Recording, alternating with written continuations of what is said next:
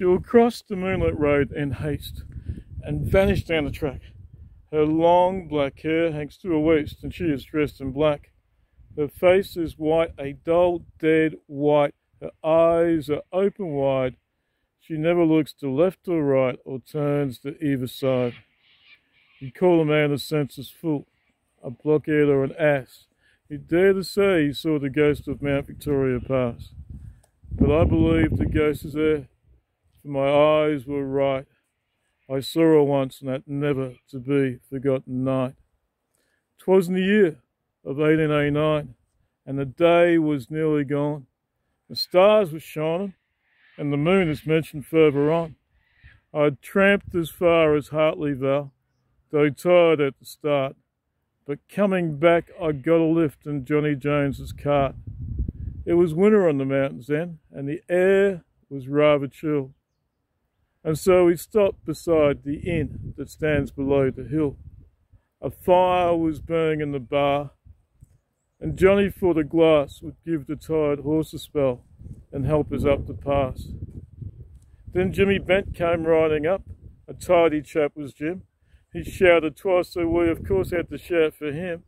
And when at last we said good night, Jim bet a vulgar quid that we would see the ghost in black. And sure enough we did. She will cross the moonlit road in haste and vanish down the track. Her long black hair hangs to her waist, and she is dressed in black. Her face is white, a dull, dead white. Her eyes are open wide. She never looks to left or right or turns to either side.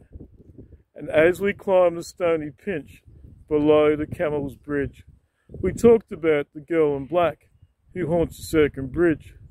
We reached the fence that guards the cliff and passed the corner post. And Johnny, like a senseless fool, kept harping on about the ghost. I didn't believe in ghosts at all, though I was rather young. But still I wished with all my heart that Johnny would hold his tongue.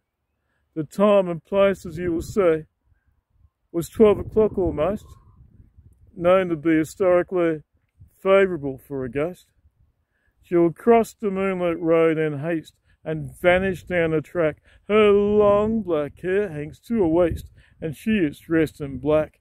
Her face is white, a dull, dead white. Her eyes are open wide. She never looks to left or right or turns to either side.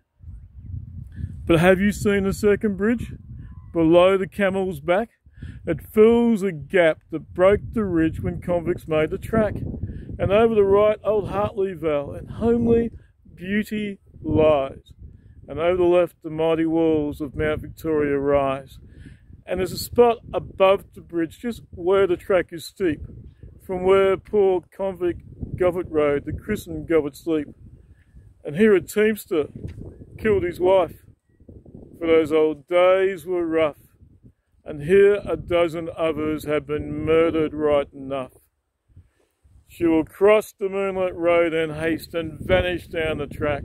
Her long black hair hangs to her waist, and she is dressed in black.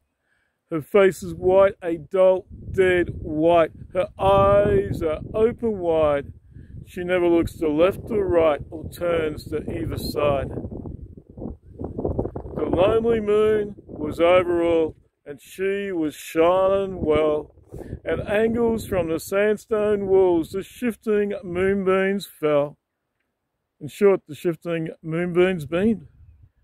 The air was still as death, save when the listening silence seemed to speak beneath its breath. The tangled bushes were not stirred, because there was no wind. But now and then I thought I heard a startling noise behind. Then Johnny Jones began to quake. His face was like the dead. Don't look behind, for heaven's sake. The ghost is there, he said. Johnny stared ahead. His eyes were fixed. He whipped the horse like mad. You fool, I cried. You only mixed. A drop too much you've had. I shall not see the ghost, I swear. but I'll find the cause. I turned to see if it was there, and sure enough it was. She will cross the moonlit road in haste and vanish down the track. Her long black hair hangs to her waist, and she is dressed in black. Her face is white, a dull, dead white. Her eyes are open wide. She never looks to left or right, or turns to either side. Her face appeared to plead for aid, as far as I could see. Her hands were on the tailboard laid, and her great black eyes were fixed on me. Her face, cannot be denied, was white, a dull, dead white. And her great black eyes were open wide and glisten in the light. I tried to laugh. It was vain to try. The try was very lame. And though I wouldn't show it, I was frightened all the same. Johnny flogged the horse until it jibbed. We stood as one resigned, and then we jumped on the road and ran, and left the horse and cart behind. She will cross the moonlit road in haste and vanish down the track. Her long black hair hangs to her waist, and she is dressed in black. Her face is white, a dull, dead white. Her eyes are open wide. She never looks to left or right, or turns to either side.